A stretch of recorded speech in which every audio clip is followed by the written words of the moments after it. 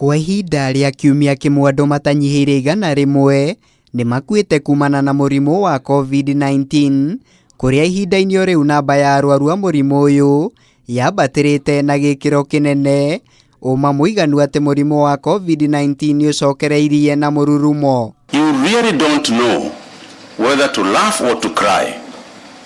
What do you tell a person who has just lost a father or a mother that there is no COVID? How do you explain it to them?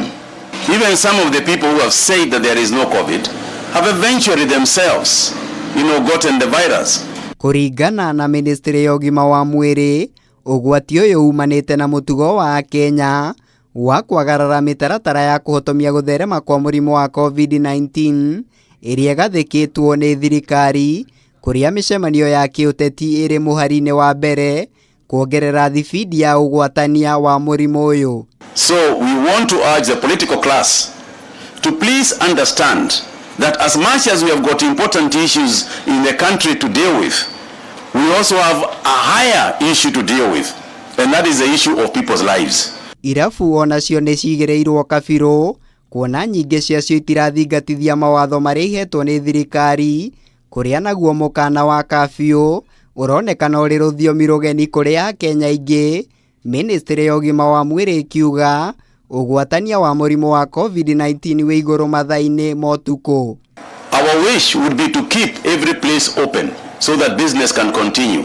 But clearly, there are some measures that might have been taken as a result of the abuse of the measures that have already been given in those areas.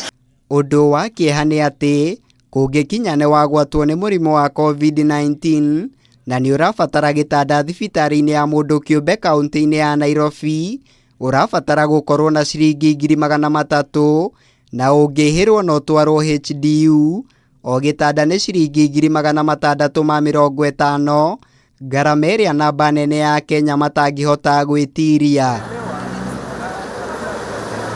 Ũũ nĩ ta kuga hatirĩ nganja ũrĩ ũgwati-inĩ wa gũkua angĩkorwo we mwene kana arĩa mũrigainie mũtirathingatithia mĩtaratara ĩrĩa ĩheanĩtwo nĩ ministry ya ugima wa mwiri ya kũrigĩrĩria gutherema kwa mũrimũ wa Covid-19, kuona ũngĩrwara kũrĩ na ũhotekeku waku kwaga kũrigitwo.